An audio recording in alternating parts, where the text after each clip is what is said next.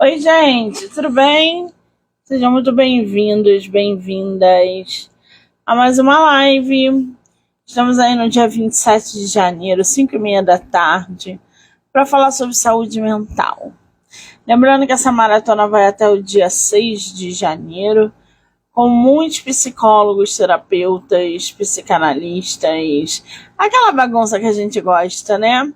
Falando, claro, sobre assuntos muito importantes. Depressão, ansiedade, dependência online, TDAH, o leque aqui é imenso. Então, fiquem por aí, porque hoje a gente vai até umas 9h30, 10 horas, tá? E já me segue no @MoniqueMM18. Antes da nossa coautora entrar, eu tenho um recadinho para dar para vocês. A Beatriz Hoffmann, que é escritora, roteirista, ela é produtora, ela tem um imenso trabalho literário e é muito respeitada no ramo, está movimentando um projeto, um filme independente e precisa de apoio de todo mundo. Esse filme independente fala sobre violência contra a mulher. Então ela quer levar esse projeto, esse filme independente, para as telonas, cujo nome é Cicatrizes do Silêncio, né? Aqui ela vai contar a história da Clara, que é quem sofre abusos, e ela vai demonstrar através desse projeto que mulheres precisam buscar ajuda, precisam se conscientizar de seus relacionamentos tóxicos e abusivos, e você pode fazer parte desse projeto. Então eu vou deixar os links da Beatriz Hoffmann nos comentários, para que vocês possam acessar esse projeto, conhecer um pouco mais e participar também, né, de toda essa movimentação em prol da violência contra a mulher, que é um assunto e tem uma pauta muito relevante, tá bom? Então ela é CEO da Litera, então já podem seguir também, né, a Beatriz Hoffmann, e eu vou deixar todos os links nos comentários, tá bom? Cicatrizes do Silêncio, que é o nome do filme independente que ela está movimentando. Bom, vamos lá. A gente agora vai conversar com uma coautora que está fazendo parte da antologia, A Saúde Mental da Mulher Multifuncional, volume 2, que é a Adriana Moura. A Adriana, que já chegou nesse volume 2, porque olha, temos aqui o volume 1, e foi tão procurado, e eu tive o privilégio de ter a Adriana nesse projeto. Olha aqui quantas mulheres, psicanalistas, psicólogas estão aqui, que lindeza, falando sobre a saúde mental da mulher multifuncional. Vamos ver, cadê ela? Eu acho que ela tá perdida. Acho que é a primeira vez dela. E ela fica perdida, gente. Eu acho.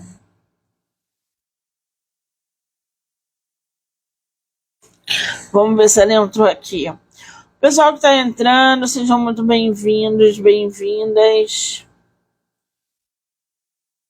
Estamos aguardando aí a Adriana Moura entrar. Lembrando que o livro pode ser adquirido na versão física pela Wiclap ou digital pela Amazon.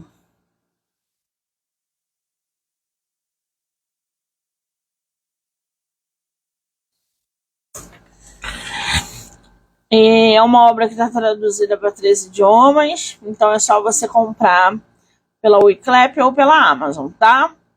Nossa autora está chegando aí. Olha que lindeza essa capa. Aqui está a sinopse. Aqui está o capítulo da nossa autora.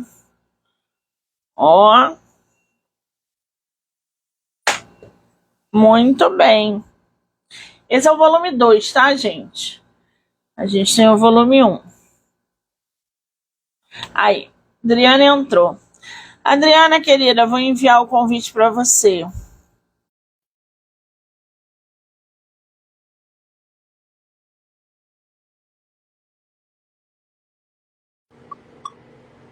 Ah, foi mais fácil do que você pensou. Fala sério. Muito mais. Ei, querida, que saudade. Tudo bem? Seja muito bem-vinda. Obrigada. Que coisa boa. Vem cá, é a primeira vez aqui, não, né? Mentira. Vamos É lá. a primeira vez aqui, então a gente já se conhece de outros lugares, Já me gente. falaram isso. Porque tem um negócio, né, que bate, né? É incrível isso, né? Uma Como é que sintonia boa. pode? Ai, que coisa boa. Primeiro eu quero te dizer que eu estou muito feliz de você ter participado de saúde, ó, a saúde mental da mulher multifuncional. Você chegou aí no volume 2, que foi um volume muito especial de produzir e com só fera. Então, ter um texto seu aqui também é muito gratificante. Te agradecer pela empatia, pela paciência, por todo o processo da ontologia. Eu sei que algumas coisas são difíceis, mas cada um tem um ritmo, e principalmente com a sua organizadora, que às vezes estava em pé de guerra com tudo e todos, e era uma loucura. Obrigada por tudo, tá, querida? Imagina. Faz parte do processo. Eu que agradeço, assim, aproveitando o incídio, eu queria deixar isso gravado, público. Eu agradeço o carinho, o convite. Foi muito enriquecedor. O grupo, as meninas eram ótimas, a interação, a maneira como você conduz a antologia, cada processo é muito lindo, muito lindo. É uma delícia participar. Parabéns, viu, pelo seu trabalho. Que maravilha! Você é a primeira antologia que você participa na vida ou você já tem livro publicado? É a primeira antologia que eu participo na vida. Era um sonho oculto. Você me tirou desse lugar. Eu sou apaixonada por livros, eu sou apaixonada por literatura, eu gosto de escrever. A escrita sempre foi a minha via de expressão. Então eu sempre tive um sonho oculto, íntimo de um dia eu vou publicar alguma coisa. Mas era uma coisa minha, eu nunca falei isso com ninguém. E aí, de repente, você cai na minha vida, vamos embora, Adriana. Eu falei, vamos. E a coisa fluiu, assim, foi muito legal. Gente, como é que é o universo, né? Eu acredito muito em lei da atração. Eu acredito que encontros não são por acaso e que o universo ele conspira ou contra ou a favor. Depende da sua vibração. Que bom que a gente se encontrou, porque seria um desperdício não ter um texto seu, uma obra sua publicada. Tá animada para fazer um livro solo agora? Boa. Já tem capa, já tem Ah, título, já tá tudo aqui programado, sério. gente. E nessa temática de mulheres, eu não ignoro os homens, viu, gente? Eu não sou aquela feminista, vamos eliminar os homens. Bobagem, né? Não quero eliminar os meninos. Eles são importantes na construção de sociedade. Então, vai ser nessa pegada de mulheres. Vai ter um menino que ele pediu para participar. Eu falei, como é que eu vou trabalhar isso? Eu vou trabalhar com mulheres, aí vou relatar um menino. Mas esse menino, ele foi criado por 3 mulheres incríveis. E eu vou conseguir colocar esse menino lá e essas mulheres. Então, a partir dessa antologia, as coisas vieram. E me colocaram também nesse lugar. Isso é importante dizer. Eu falei, então, e aí, você vai continuar o tema? Eu falei, não, vai sim. Aí eu falei, eu vou, porque eu queria fazer isso. É aquele medinho bobo que, sabe? Aquele medinho assim, não, vou sim. O desejo é Ai, maior. que delícia ouvir isso, né? Eu costumo dizer que Algumas pessoas são usadas como ferramentas para abrir outras pessoas. Às vezes a gente encontra uma chave de fenda, às vezes a gente pega ali a gente é usado como um martelinho e vai abrindo a caixa das pessoas. Eu posso dizer com toda a humildade que de todos os relatos que eu escuto quase que diariamente, de pessoas como você falando, tinha esse sonho, essa vontade, mas você apareceu na minha vida para destravar isso. Eu não me sinto um ser glorioso por isso, não. Eu acho que encontros são feitos para serem realizados. A gente nunca se viu na vida, a gente não se conhece, mas você veio para a escrita porque, primeiro, era o seu caminho. Você tinha que escrever alguma coisa. E segundo, você tinha que encontrar alguém que te impulsionasse a isso, porque estava guardadinho lá dentro de você. E isso leva também a assunto terapêutico, né, gente? A gente vai guardando as caixinhas lá dentro e chega uma pessoa um dia na vida e aquela caixinha que você guardou, você não vai abrir, não? Quando você abre, é um baú de arco-íris. Eu, pelo menos, vejo assim. Ai, que coisa boa, né? Eu adoro isso, gente. Que coisa boa. Você é de qual lugar do Brasil, Odri? Eu sou de Minas, Belo Horizonte. E eu tava aí em Minas, no interior. Você, Tava em Betim. pertinho de mim, por que você não me falou? Eu ia lá te ver. Ai, Do meu lado mentira. aqui, sério. Eu ia lá te Fiquei, ver. olha, fiquei 20 dias em Betim, no interior, comendo pão de queijo, tomando cachaça. As bochechas voltaram até maior, gente. Olha aqui, ó. Isso aqui tudo é Café, pão de queijo. pão de queijo e cachaça. Não vem, não. Cachaça, sim. Precisa encher a cara, né? Um negocinho, só para sentir o gosto. É muito bom, né? Você Minas tem é muito parentes bom. aqui? Eu tenho família de parte de pai. Aliás, uma das minhas missões em Minas esse ano foi reencontrar o meu pai depois de 30 anos sem vê-lo. Processo de cura terapêutica. Olha o que a terapia faz com a gente, Isso mesmo. né? Aham. Olha, é muita coragem, gente. Dá um livro se eu contar pra vocês. Mas a terapia é isso. É coragem. Só faz terapia quem tem coragem, tá? Só procura ajuda quem tem coragem. Quem não tem, fica na dor. Você é psicóloga, né, Dri? Conta um pouquinho pra gente sobre a sua área. Sou psicóloga clínica, primeiramente. A clínica é a minha paixão.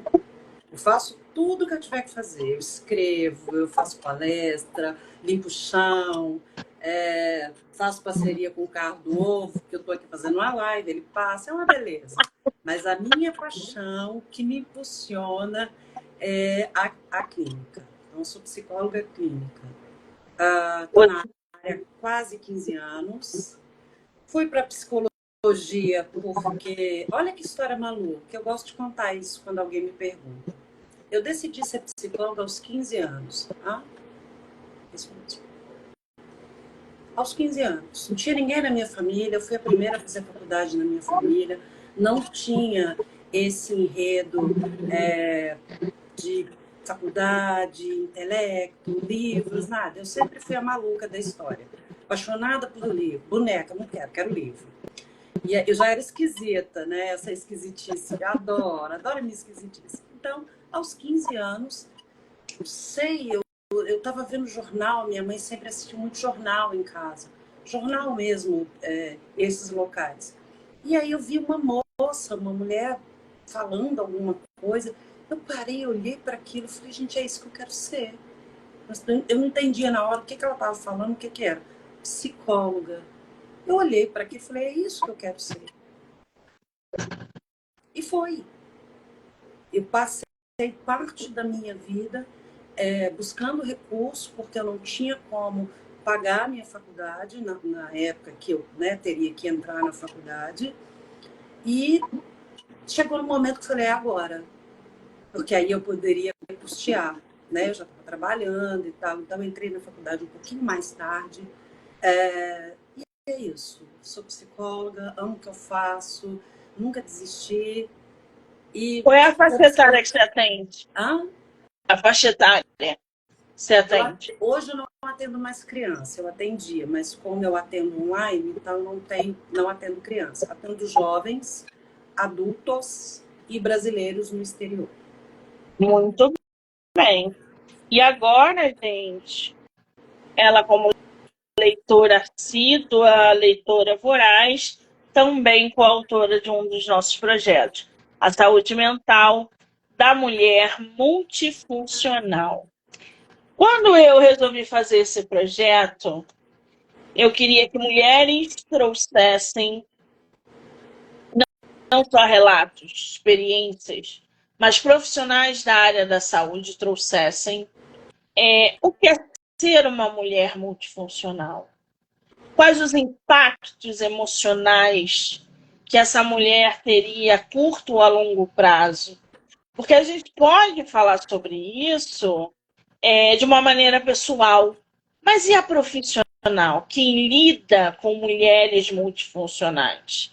Como elas estão adoecidas, de estarem sobrecarregadas, adoecidas de tanta coisa que elas carregam, às vezes, em silêncio.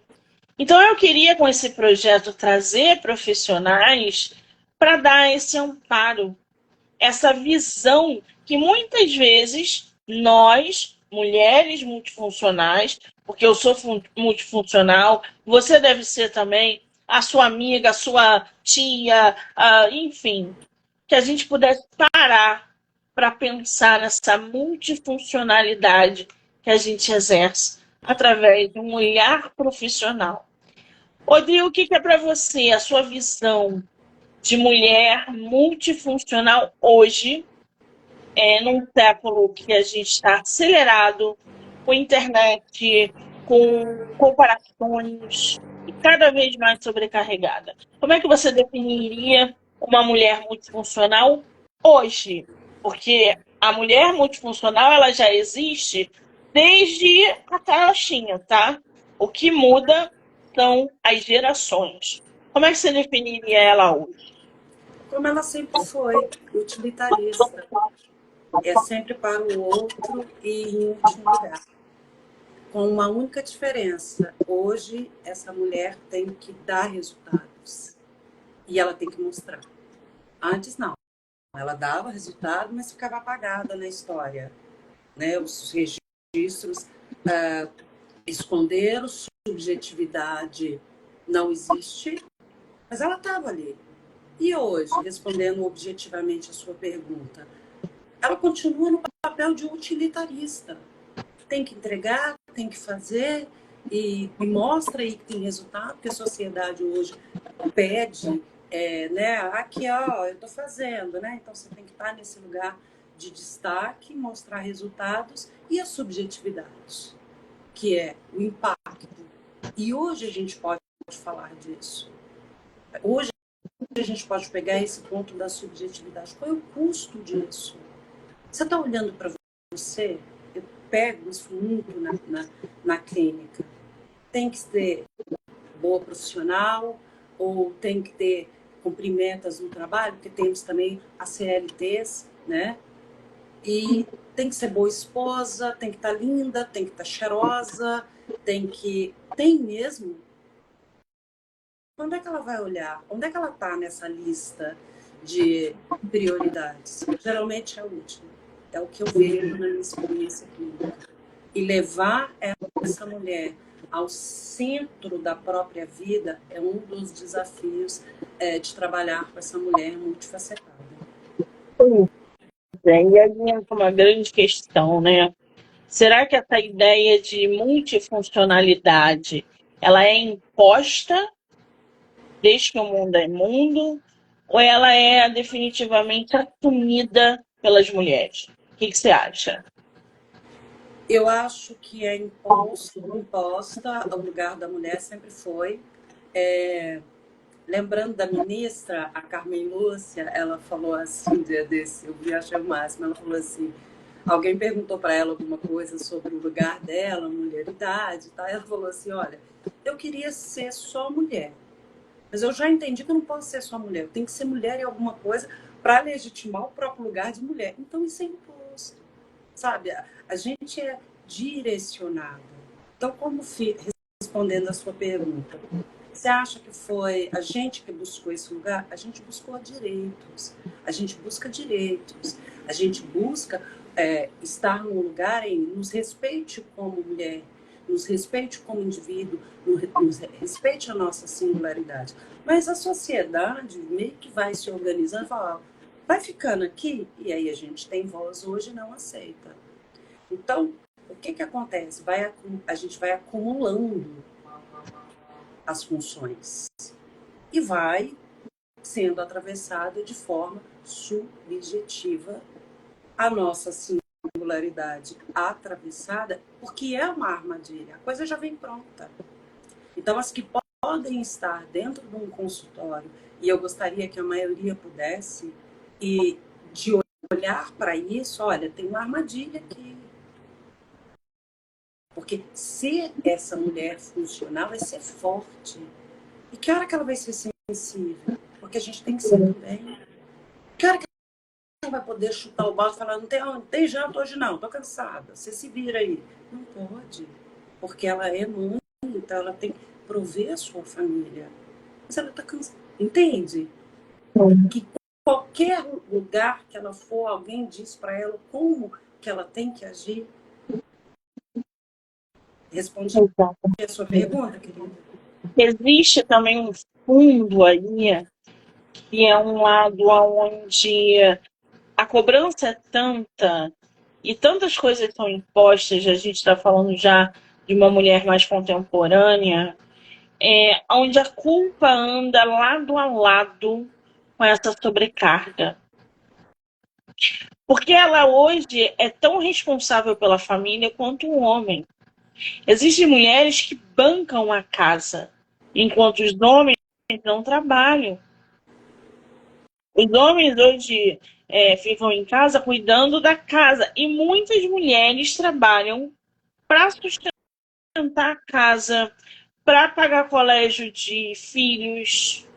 Qual o fato dela trabalhar sozinha para bancar a vida dela e dos demais já é uma sobrecarga emocional imensa.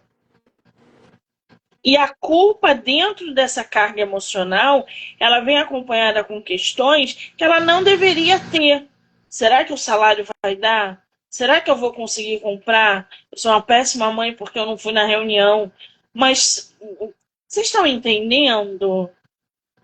Não vou conseguir fazer almoço hoje porque eu estou muito cansada, mas meu filho precisa comer.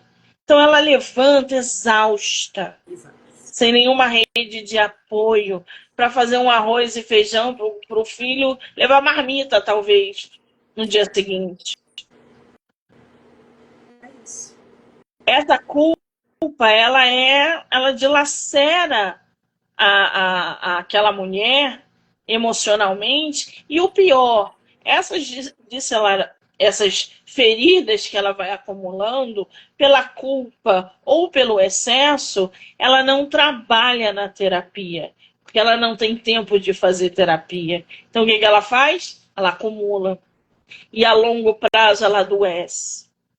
E aquela mulher que é tão forte, tão independente, está adoecida. Você acha que ela aceita ficar doente? Ela não pode ficar doente.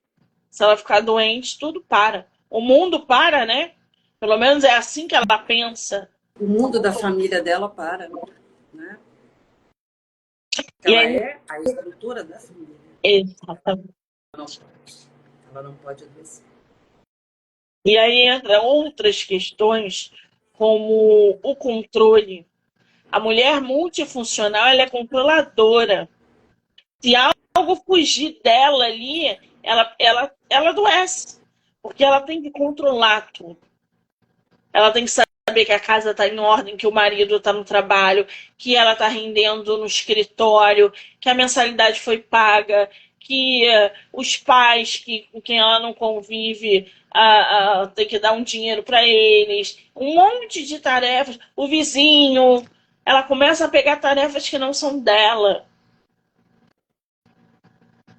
E isso é muito doido, porque isso adoece. E esconde E a... também, né? E Fala muitas assim, pode falar. vezes elas isso vira um sintoma que já vem, aflora um sintoma. O que é o sintoma que eu estou chamando nesse caso? De não olhar para si mesmo, de sempre Sim, entregar. A maioria das mulheres que eu atendi dentro desse contexto, ela traz uma codependência emocional absurda. Ela foi ensinada, aí quando eu falo ensinada, é no sentido amplo do termo, viu? Assim, a servir, utilitarismo. O utilitarismo, ele está aí. O entregar ao outro, servir ao outro, para o outro, é sempre o outro. Você viu na sua narrativa? Ela está sempre para o outro. E isso também pode ser um modo de existir de uma vida inteira. Então, olha para si. É terrível fazer com que elas olhem para si dentro de um processo psicoterápico é devastador, porque é uma crise de choro, porque ela nunca olhou para si, porque ela não teve tempo, porque ela não pôde, porque ela tinha que obedecer o pai, a mãe, aí tem que obedecer o marido.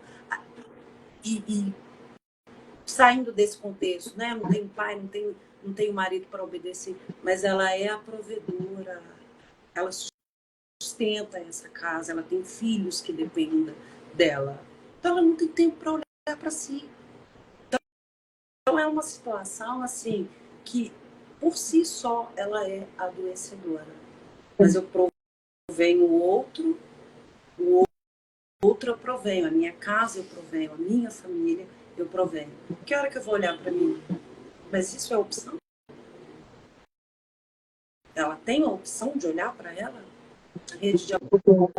As que não conseguem estar dentro do processo individual, eu sempre falo, busca rede de apoio. Na igreja, no seu bairro, no candomblé, lá no terreiro que você frequenta, chama, faz grupo de amigas, conversa, faz um café. Eu sou democrática, eu falo assim, porque eu sou democrática mesmo, quem não for vai embora. Sabe, lá na quermesse lá da sua igreja, chama alguém, vamos conversar, porque às vezes ela só precisa falar, mas ela sequer tem condição de pagar uma terapia. Isso é muito sério. Isso é muito sério. Ela não tem acesso.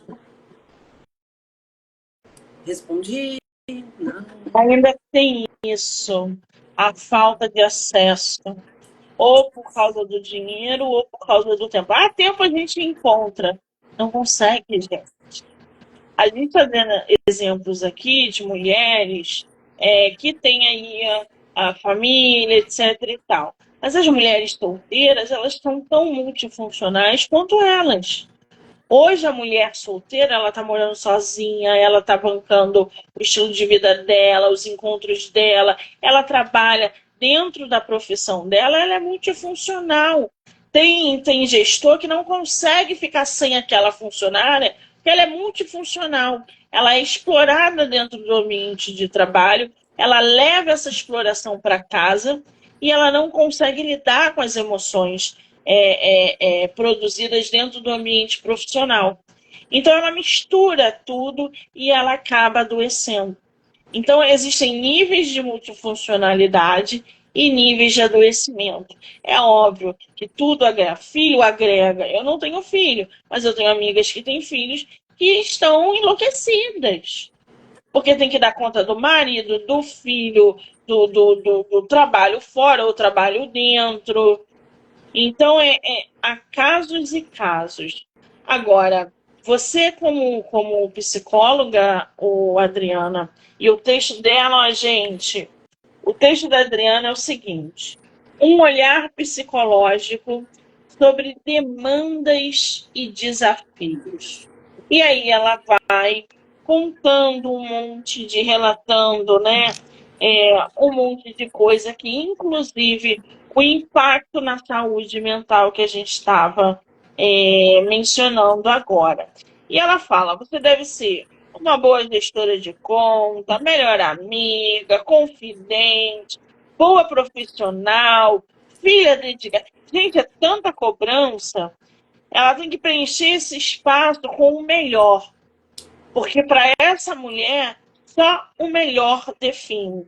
E aí ela fala, respaldando-me em tais pontos e desafios comuns do papel da mulher na sociedade contemporânea, sustenta a própria narrativa. Eu trago um recorte clínico e apresento a Maria Laura, um nome fictício. Ela tem 35 anos, é solteira, independente e sem filhos. Quem é a Maria Laura que você coloca aqui para o leitor degustar? A Maria Laura foi uma pessoa que eu atendi, uma filha de mãe narcisista, e foi um dos maiores desafios para mim até o momento. Como atender uma filha de mãe narcisista com uma alta capacidade profissional, com bons resultados, e uma mulher com uma subjetividade reduzida, infantilizada. Não que ela fosse infantil, não é isso, mas ela tinha esse poder que esse outro achava que podia ter sobre ela. E uma relação mãe e filha muito conturbada em todos os sentidos. E destrinchar isso na terapia foi lindo, desafiador. E essa história, assim, depois dessa paciente, eu atendi várias outras. E a Maria Laura, para mim, assim, é uma história que eu quis contar com devida permissão, claro, fazendo os recortes que cabe. Mas é por isso.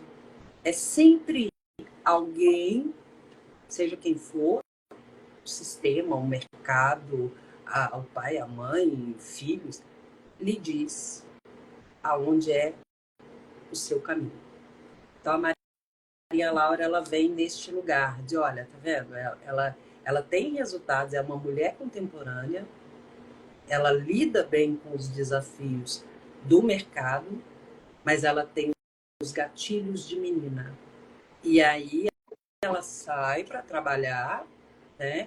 E tem bons resultados, mas quando ela volta em casa, ela tem que ocupar aquele lugar da menininha que alguém diz para ela como tem que ser. E aí, como é que fica isso? A primeira coisa que é atingida é a essência.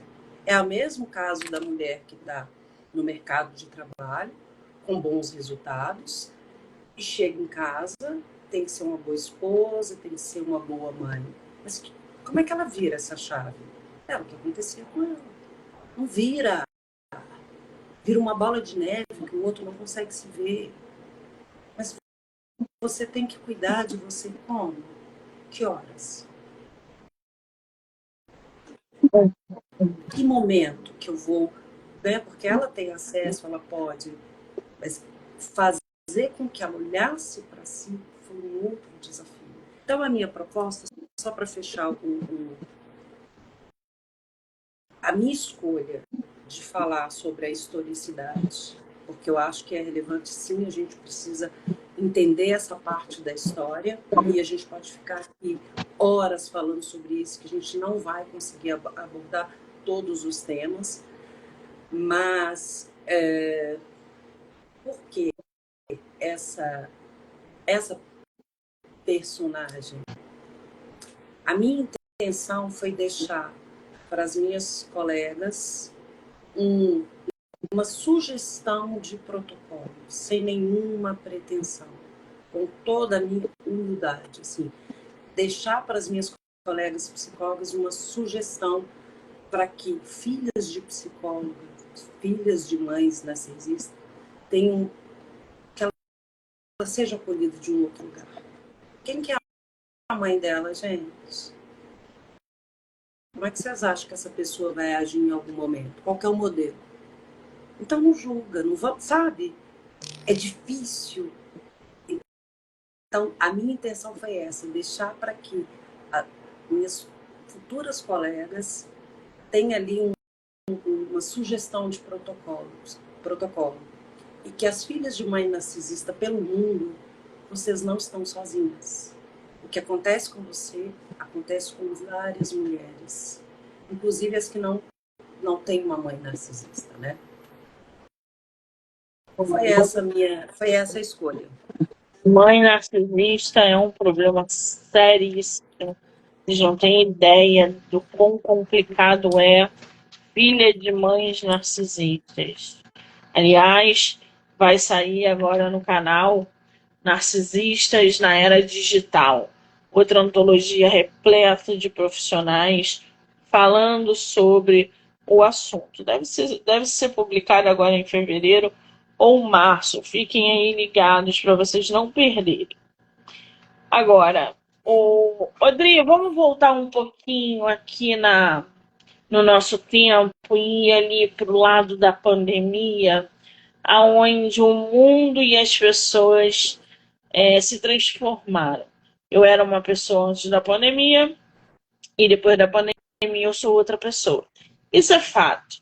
Você acha que a pandemia, com todas as mudanças que aconteceram, também trouxe mudanças para essas mulheres que estavam no papel de mulheres multifuncionais? Muitas delas perderam marido, perderam filhos, perderam empregos, tiveram que se reconstruir depois da pandemia. Você acha que essa carga emocional da perda trouxe multifuncionalidade para mulheres que antes não eram? Como é que você vê essa divisão e essas mulheres que estão cada vez mais multifuncionais depois da pandemia? Eu vejo que elas tiveram um momento, elas foram obrigadas a parar e olhar para si. Que bom! Não foi que bom, mas foi necessário. Então, por exemplo, pandemia, perderam maridos. Ela perdeu o companheiro. Luto, né? A perda desse marido, luto, prover essa família. Que momento que ela elaborou esse luto?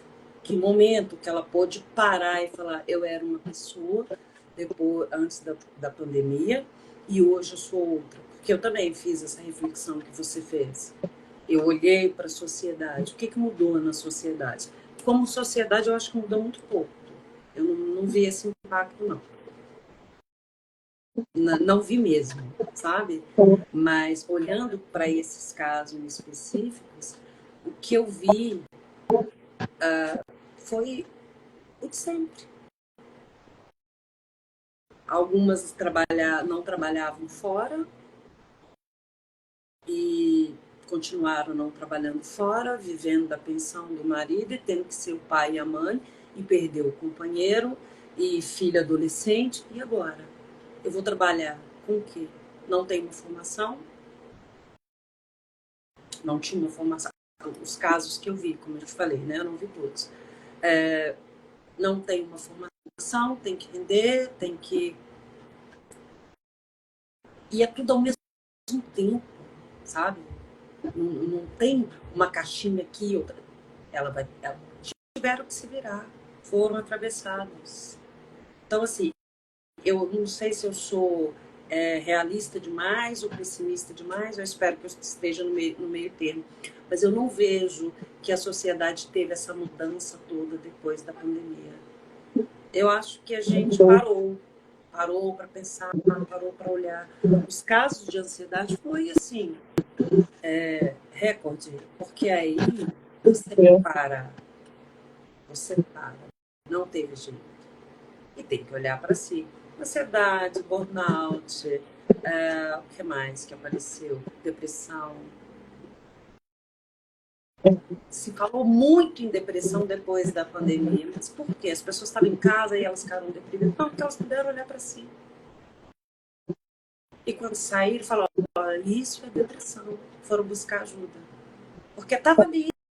Não foi a pandemia que gerou depressão nas pessoas. Ela já estava lá. Ela potencializou. A ansiedade já estava lá. Essas pessoas já estavam pré-adoecidas. Eu estou sendo generalista? Eu sei que estou. Mas foi a minha experiência, foi o que vi. Olha, essa experiência pós-pandemia, onde, durante a pandemia, onde a gente parou para lidar com a gente, muitas pessoas enlouqueceram, porque elas não sabiam lidar com a solitude. Elas eram, na maior parte das vezes, solitárias. E a solidão, ela adoece. A solitude, não. São coisas totalmente diferentes. E na pandemia, quem estava acostumado a viver o tempo todo rodeado de gente precisou se isolar. E o adoecimento foi muito rápido. Muito rápido. Ansiedade, depressão, fobia, pânico. Quando essa pessoa saiu da pandemia, entrando no consultório, já se, doutor, eu preciso desse remédio para eu ficar, já se autodiagnosticando. Porque teve um modo de viver modificado. Sim. Foi uma mudança drástica e obrigatória. Não tem como, vocês vão ter que ficar em casa. Então, é como você tem a sua forma de existir, você tem a sua rotina. A pandemia desconstruiu tudo isso. Então, tudo aquilo que estava escondido implodiu. Exatamente. Quando a gente volta para essa parte da mulher multifuncional, em alguns casos chega a ser uma compulsão. Ela está tão atordoada que ela começa a pegar coisas que não são delas para resolver. Então ela começa a se meter na vida do familiar que está lá longe, do vizinho que bateu na casa dela, ela começa a pegar mais um trabalho extra no escritório, ela começa a se ocupar de todos os jeitos. Ela começa a se sobrecarregar, porque tem alguma coisa ali dentro que não está resolvido. Alguma emoção que ela não parou para enfrentar. Isso acontece com a multifuncionalidade, como isso acontece com, às vezes a gente pisa aí na jaca, vê pessoas compulsivas por comprar bolsa, sapato, roupa. Gente, eu tenho uma amiga que ela é compulsiva por roupa da Shein. Ela compra. Você já tem ela tem o mesmo vestido de 5 cores. Por que você está fazendo isso? Ai, eu vi, eu gostei. O que está acontecendo que está te deixando com essa compulsão de comprar roupa? E ela compra, e ela compra, e ela. Poderia ser, sei lá onde, mas ela quer da Shein. Ela compra roupa na Shein. Eu tenho uma irmã que é multifuncional, adoecida, que não consegue lidar com as emoções, está cheia de alergia, cheia de problema no corpo físico, porque não consegue lidar com as emoções. Então ela procura problema para resolver, para não ficar parada. Ela não consegue lidar com as emoções. Está toda ferrada fisicamente. E trabalha, e sustenta, e faz não sei o quê. Para um pouco para se escutar. Para um pouco para entender o que está acontecendo. O que você não está ouvindo? O que teu corpo está dizendo? Dor de cabeça constante, gente. O que vocês não estão resolvendo dentro de vocês? Aquela dor no estômago que não passa. Sabe? Procure ajuda. Mulheres, principalmente. E aí levanta-se uma outra questão. Não só no trabalho, mas os maridos, a família, como que essas pessoas podem estar apoiando essas mulheres multifuncionais, Adria? Eu sempre aposto, né? Eu acredito na ferramenta. Acho que o primeiro sinal é quem está em volta mesmo. É a irmã, é a amiga, é a mãe, é a sogra, é os colegas de trabalho. Então, quando o outro lhe disser o que está acontecendo, escuta, porque às vezes os sinais estão todos ali na frente, mas ela não está conseguindo ver. Por quê? Porque ela está buscando desvio. Ela está buscando legitimar aquele lugar que muitas vezes é rota de fuga.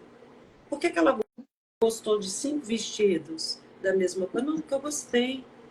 Tá raso, mas ela está justificando para si, né? Mas é da Shein. Por que da Shein? Porque cabe no bolso dela e tá tudo certo. Mas a compulsão, o volume, tem alguma coisa ali que está errado e que ela não está conseguindo ver. E ela está se compensando, se autorregulando de alguma forma. Então, o que eu deixo de dica, assim, né? Dica não, sugestão. Escute o que os seus pares estão te dizendo. Busque, sim, ferramentas, busque ajuda profissional. Eu acredito na terapia. Todo psicólogo fala fazer terapia? Sim, gente, todo psicólogo fala fazer terapia porque a gente acredita na ferramenta, a gente conhece o poder da ferramenta. Mas se não der certo, procura o outro. Não tem só um, não, tem vários. Né? E buscar esse apoio profissional, porque ele é importante. Então, a terapia não é, mas aí eu vou para a terapia, é ruim. Não. Tem potencialidades, tem coisa boa, tem dores, tem. Mas os excessos, eles precisam ser olhados. E às vezes a pessoa está ali subsistindo, sabe? Não gosto dessa palavra, mas subsistindo. Porque o melhor dela, ela já se perdeu na essência. E vivendo com o que dá, com o que consegue fazer. Eu acho que a terapia, ela traz esse resgate. Então, o que ela pode fazer? Olhar, ouvir o que o outro está dizendo, o que essa irmã está dizendo, essa amiga está dizendo. Os sinais estão todos ali. A gente identifica, mostra, ajuda, apoia, mas a pessoa também tem que querer ser ajudada, tá, gente? Não é algo só nosso, não. Tem que querer ajuda.